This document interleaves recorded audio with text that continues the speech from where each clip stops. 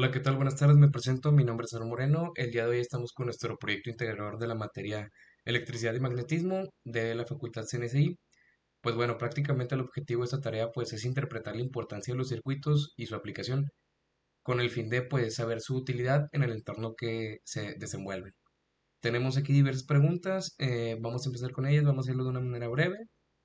Pues bueno, la primera pregunta que tenemos es, ¿qué son los circuitos y qué importancia tienen en la sociedad de hoy en día?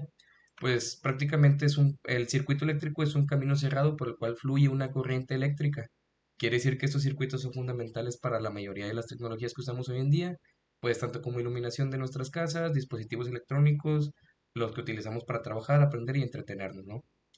La siguiente pregunta que tenemos es ¿a qué se refieren las leyes de Kirchhoff y sus aplicaciones prácticas que se les pueden dar? Bueno, pues las leyes de Kirchhoff son los principios fundamentales utilizados para analizar circuitos eléctricos como tal. La ley de corrientes de Kirchhoff dice que la suma de corrientes que entran en un nodo, por dar un ejemplo, un punto de conexión en el circuito, pues es igual a la suma de las corrientes que salen de él. En sí, la ley de voltajes de Kirchhoff dice que la suma de las caídas de voltaje sobre cualquier lazo cerrado en un circuito es igual a la suma de las fuentes de voltaje en ese lazo. ¿En qué se utilizan estas leyes? Pues en muchas aplicaciones prácticas, como el diseño de circuitos eléctricos en dispositivos electrónicos, hasta la gestión de redes de suministro para la energía eléctrica a gran escala. Otra pregunta es, ¿qué son las fuentes de alta tensión y cuál es su función en los circuitos eléctricos? Bueno, pues son básicamente dispositivos que generan una diferencia de potencial eléctrico o voltaje muy alta. Quiere decir que los circuitos eléctricos, estas fuentes se utilizan para impulsar la corriente a través del circuito.